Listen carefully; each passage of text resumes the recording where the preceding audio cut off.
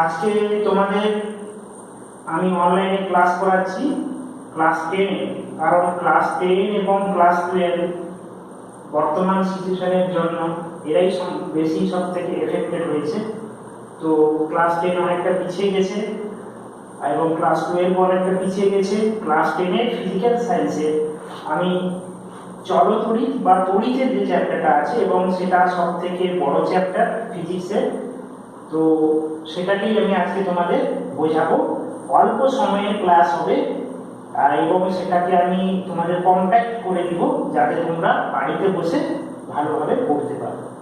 তাই মাধ্যমিকের আজকে আমি চলতড়িৎ চ্যাপ্টারটা আমি কমপ্লিট করে দিব অল্প সময়ের মধ্যে। তাই তোমরা একটু মাইনিউটলি ক্লাসটাকে ফলো করবে এবং ভিডিও দেখতে দেখতে বাড়িতে ওটাকে ওয়ার্কআউট করবে, দিয়ে শেয়ার খাতায় করবে। এটাই তোমাদের টাস্ক।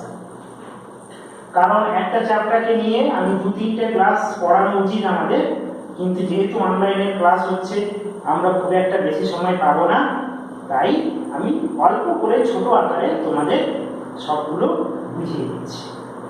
তাই দেখো, চ্যাপ্টারটার নাম চলতড়িৎ হলেও কিন্তু তোমাদের বইতে চ্যাপ্টারটা শুরু হয়েছে স্থির তড়িৎ দিয়ে, অর্থাৎ কুলম্বের সূত্র দিয়ে। তাহলে প্রথমেই 1 নাম্বার টপিকসে আমি বলবো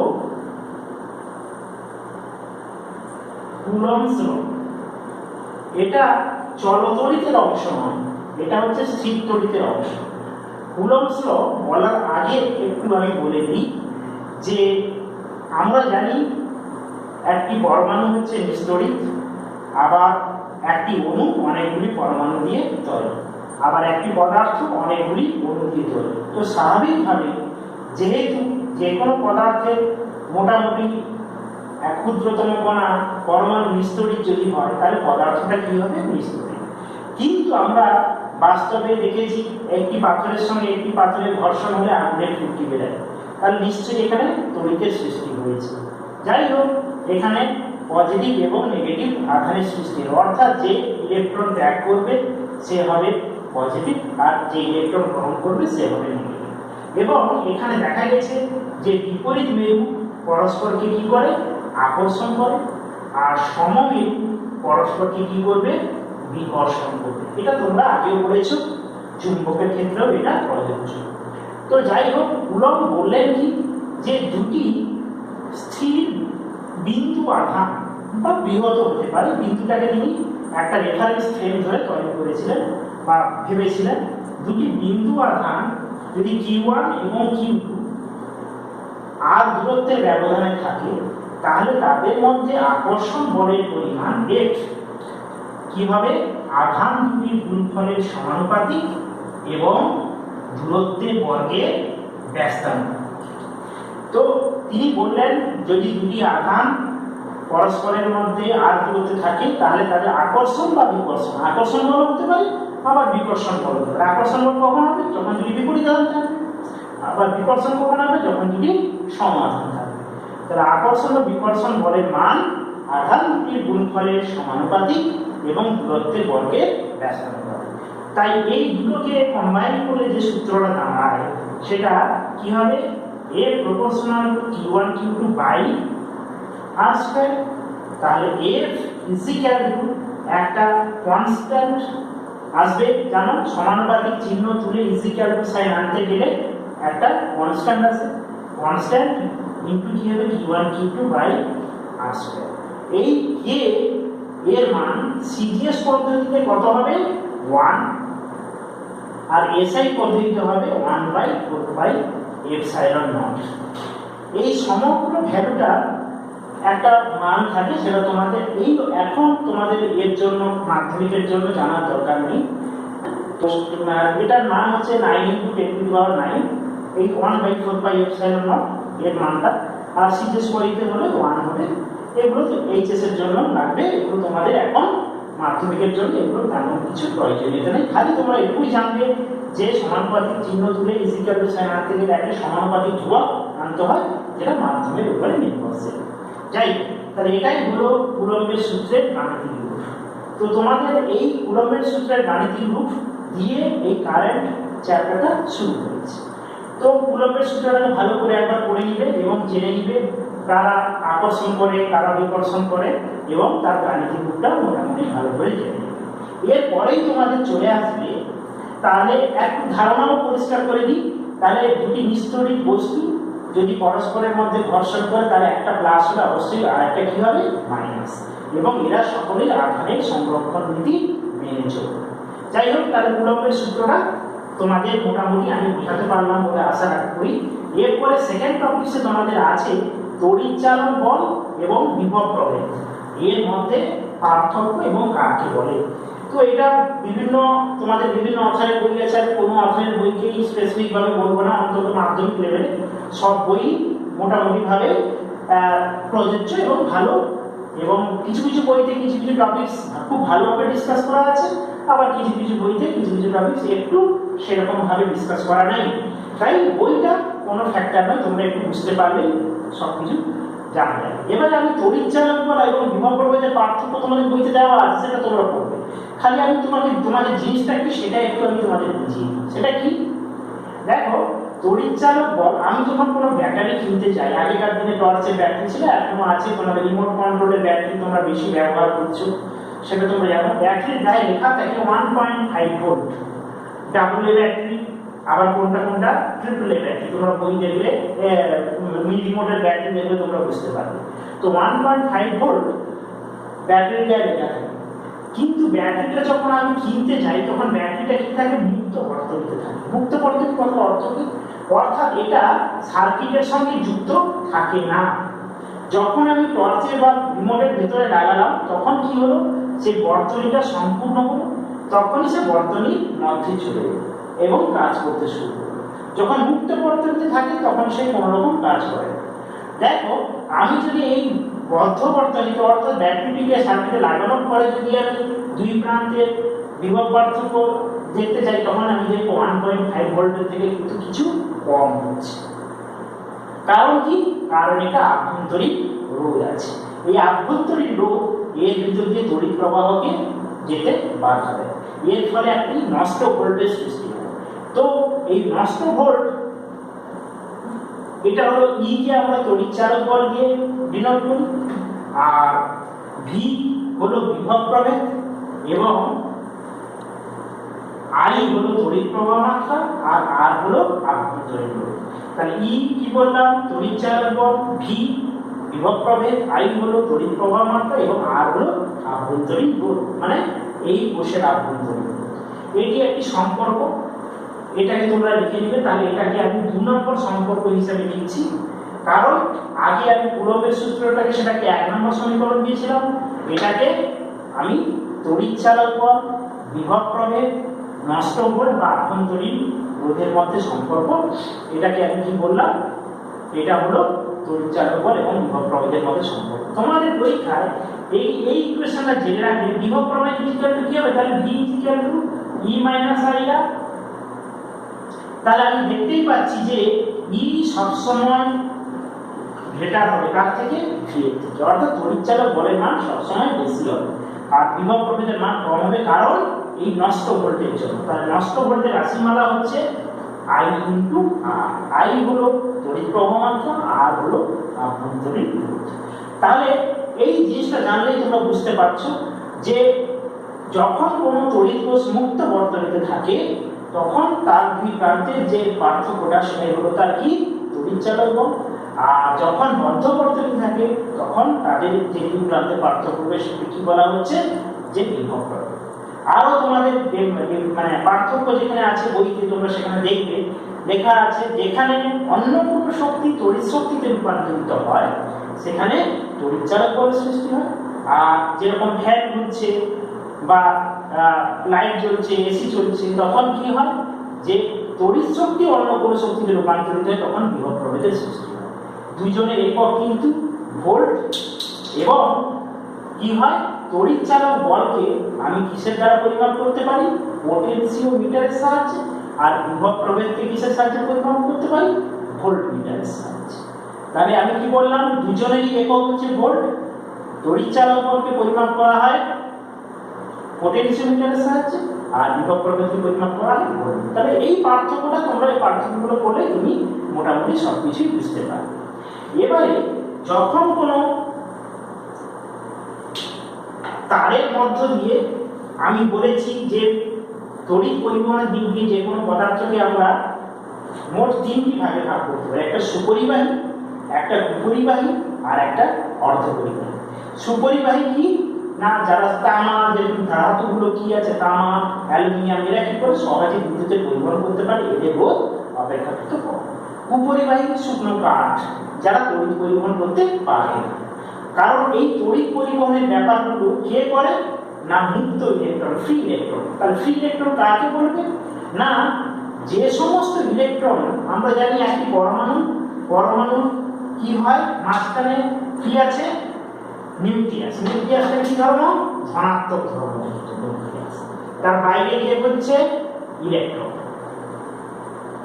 তাহলে যে যখন ইলেকট্রনগুলো এর কি হয়, নিউক্লিয়াসের যে আকর্ষণ বলের মান খুবই কম হয়, সেই ইলেকট্রনগুলোকে কি বলা হয়, মুক্ত ইলেকট্রন। তাহলে পরিবাহীতে সুপরিবাহী বস্তুতে মুক্ত ইলেকট্রনের পরিমাণটা কি থাকে, বেশি থাকে, উপরিবাহীতে খুব কম থাকে। আর অর্ধপরিবাহী যেমন সিলিকন, জার্মেনিয়াম, এগুলো উদাহরণ হিসেবে মনে রাখবে, শর্ট প্রশ্ন আছে, সেগুলো কি হয়, তাদের পরিমাণ ক্ষমতা সুপরিবাহী এবং উপরিবাহী মধ্যে। তাহলে সিলিকন, জার্মেনিয়াম অর্ধপরিবাহী কথাটা মনে রাখবে। যাই হোক, তাহলে এরা কি হয়, মুক্ত ইলেকট্রনের পরিমাণ বেশি আছে বলে সুপরিবাহী বলা হয়। এই সুপরিবাহীকে আমরা পরিবাহী হিসেবেই জানবো। এখন যে আমি পড়াবো যে পরিবাহী রোধ কোন কোন বিষয়ের উপর নির্ভর করে। পরিবাহী রোধ একে আর চিহ্ন দিয়ে সূচিত করা হয় এবং এর সরাসরি ইকুয়েশনটা আমি আগে বলে দিই, R equal to rho into L by D. ইকুয়েশনটা মনে রাখবে, হ্যাঁ, এটা তোমাদের কি হলো 3 নম্বর ইকুয়েশন। আর ও হচ্ছে কি, রোধাঙ্ক, এর হচ্ছে তার দৈর্ঘ্য, তারের দৈর্ঘ্য, আর এ হলো প্রস্থচ্ছেদ। আমি ছবিটা এঁকে দিলাম, তোমাদের মনে থাকবে। এ হলো কি দৈর্ঘ্য আর এ হলো প্রস্থচ্ছেদ। অর্থাৎ আমি দেখতে পাচ্ছি দৈর্ঘ্য যত বাড়বে আর এর মান তত বাড়বে, এবং প্রস্থচ্ছেদ যত বাড়বে আর এর মান তত কমবে। আর রোধাঙ্ক ওটা বিভিন্ন পদার্থের ক্ষেত্রে বিভিন্ন। রোধাঙ্কের পরিমাণটা সুপরিবাহী বস্তুদের ক্ষেত্রে কি হয়, কম হয়, আবার বিপরিবাহী বস্তুদের ক্ষেত্রে কি বেশি হয়। রোধাঙ্কের মান বেশি হলে রোধের মানও বেশি হয়। এটা তোমরা, এটা পদার্থের উপাদানের উপর নির্ভরশীল, এটা পদার্থের দৈর্ঘ্যের উপর নির্ভরশীল, এটা পদার্থের প্রস্থচ্ছেদের উপর নির্ভরশীল। তো এখান থেকে স্বাভাবিকভাবেই তাহলে আমি এককগুলো বলে দিই। আর এর একক হচ্ছে কি, ওহম। রোধের একক হচ্ছে ওহম। তো আর এর একক হলো ওহম, আর এর তো তোমরা জানো দৈর্ঘ্য, এ হলো প্রস্থচ্ছেদ। তো এখানে এই ইকুয়েশনের উপর ডিপেন্ড করে তোমাদের কয়েকটা ছোটখাটো অঙ্ক আসতে পারে।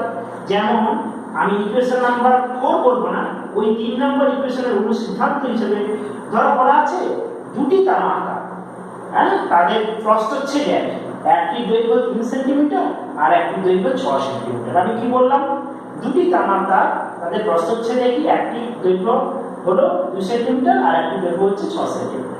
তাহলে সেক্ষেত্রে তাদের রোধের অনুপাত কি হবে, দেখো R1/R2 ইকুয়াল টু কি হবে, L1/L2।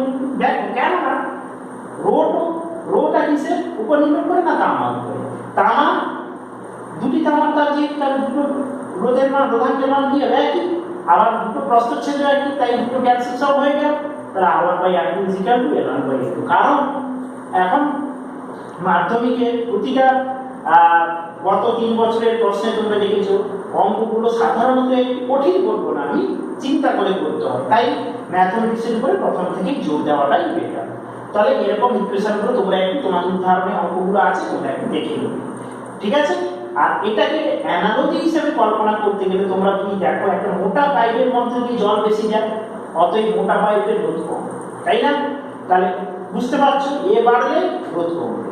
আর সরু পাইপের যদি জল কম যায় তাহলে তার রোধ বেশি। জলটা কার সঙ্গে তুলনীয়, তড়িতের পরিমাণের সঙ্গে। আর কি বলবো, আর এটা দৈর্ঘ্যটা, যেমন দৈর্ঘ্যটা বাড়বে কি বাড়বে, রোধ বাড়বে, ঠিক আছে। তাহলে এটা হলো একটা ইকুয়েশন।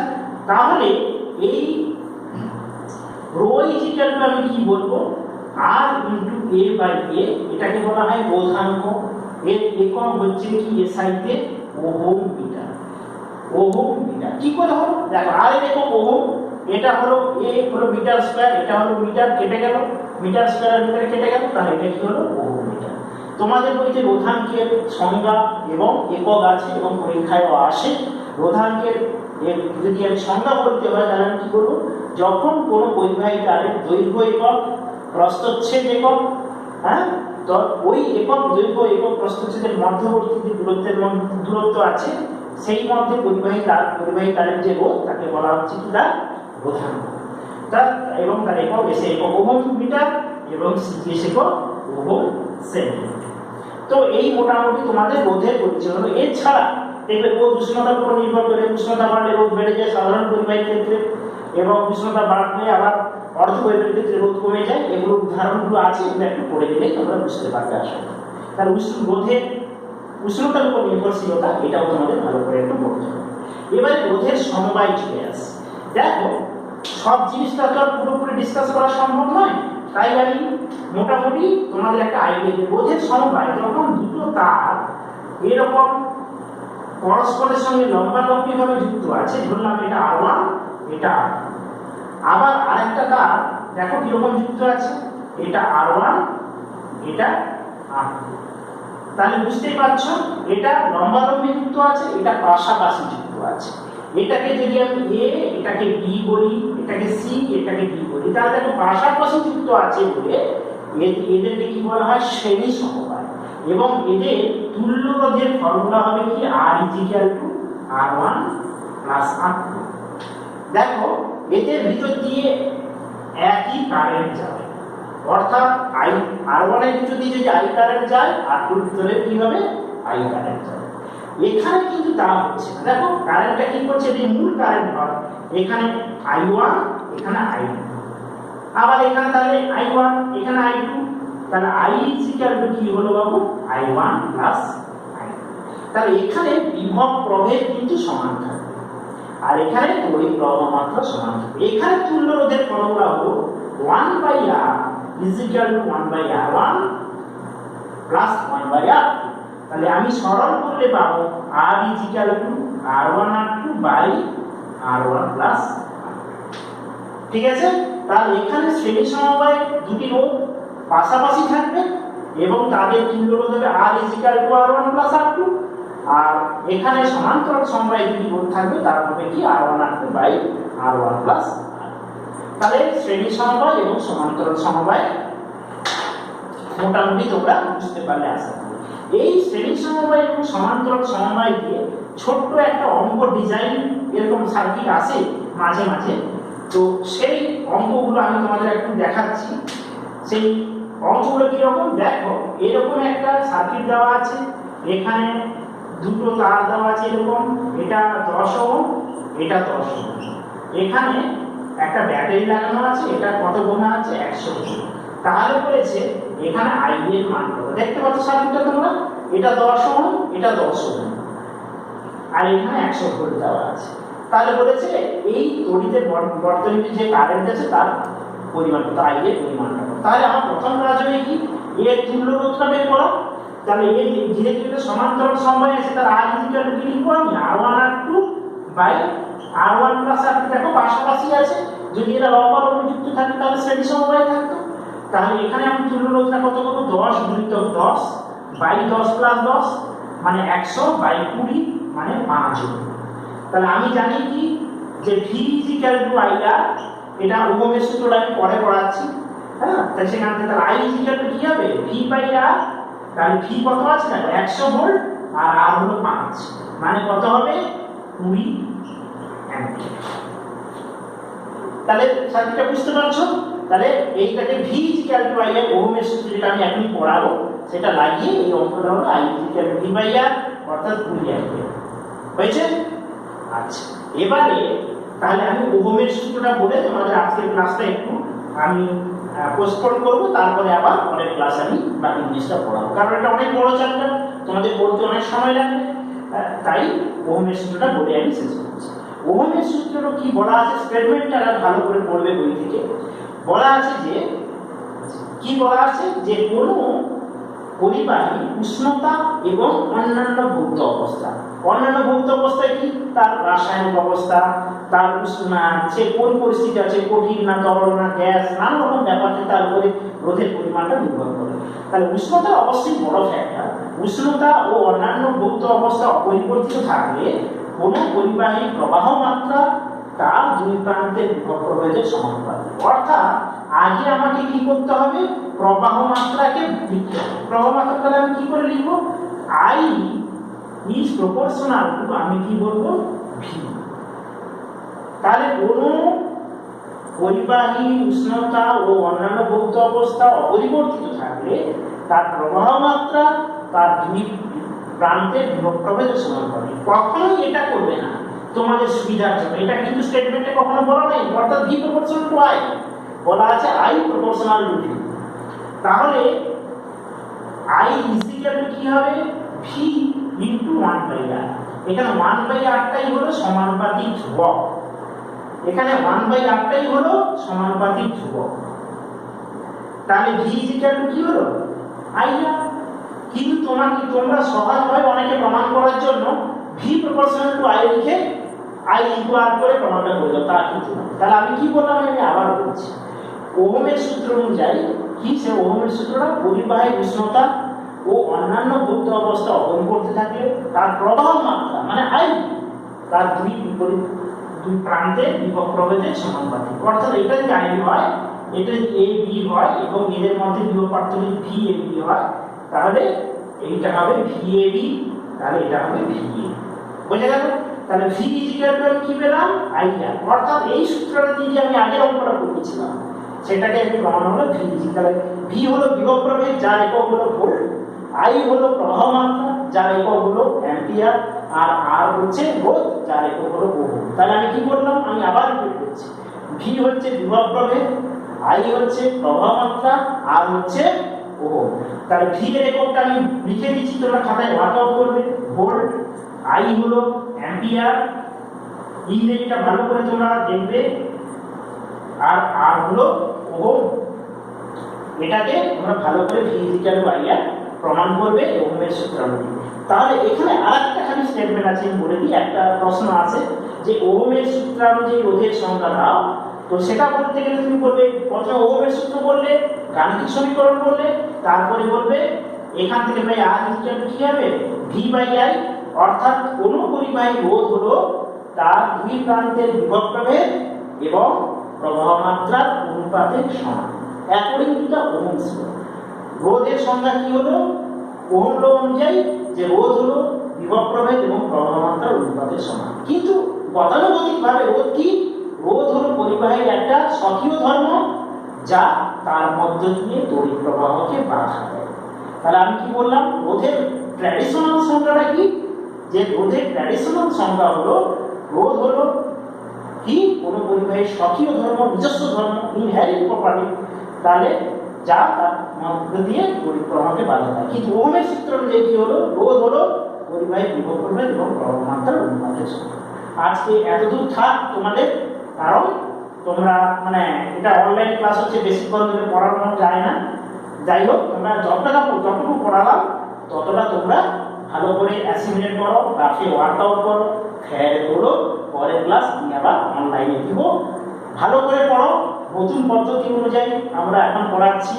কিছুটা বুঝতে হয়তো অসুবিধা হবে, ধীরে ধীরে তোমরা পরিস্থিতির সঙ্গে মানিয়ে নিবে। সবাই সুস্থ থাকো, ভালো থাকো। পরবর্তী ভিডিও 2-4 দিনের ভিতরে আমি আবার, ঠিক আছে?